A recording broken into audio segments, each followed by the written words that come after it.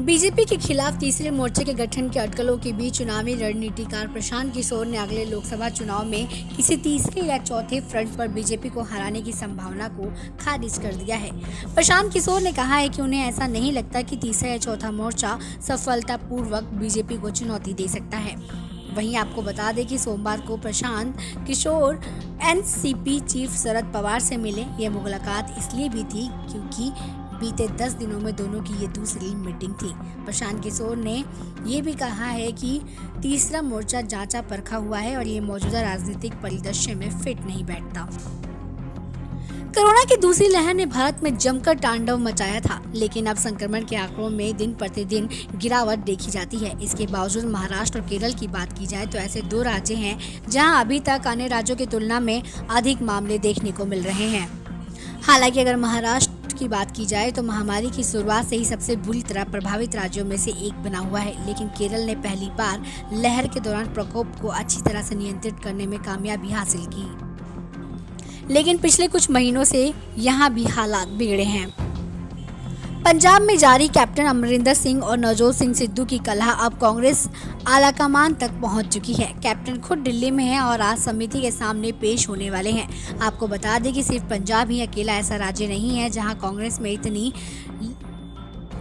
लड़ाइयां हो रही हैं। ऐसे लगभग आधा दर्जन राज्य हो गए हैं जहां कांग्रेस अपनी अंदरूनी उठापटक में ही उलझ कर बैठी हुई है।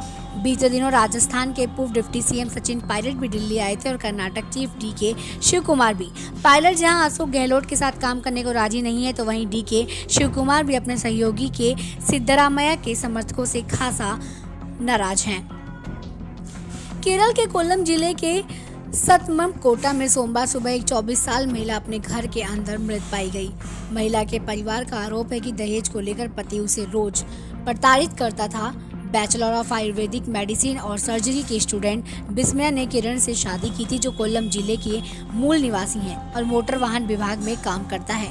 दोनों की शादी पिछले साल हुई थी। शुरू से ही कपल के बीच कुछ अनबन चल रही थी। बिस्मया के परिवार ने आरोप लगाया है कि दहेज को लेकर उसके साथ मारपीट की गई थी और साथ ही उसको धमकियां भी दी जाती थी। संसद के मानसून सत्र से पहले तीसरे मोर्चे की कवायद तेज हो गई है। राष्ट्रीय कांग्रेस पार्टी के प्रमुख शरद पवार ने मंगलवार शाम को विपक्षी दलों की बैठक बुलाई है।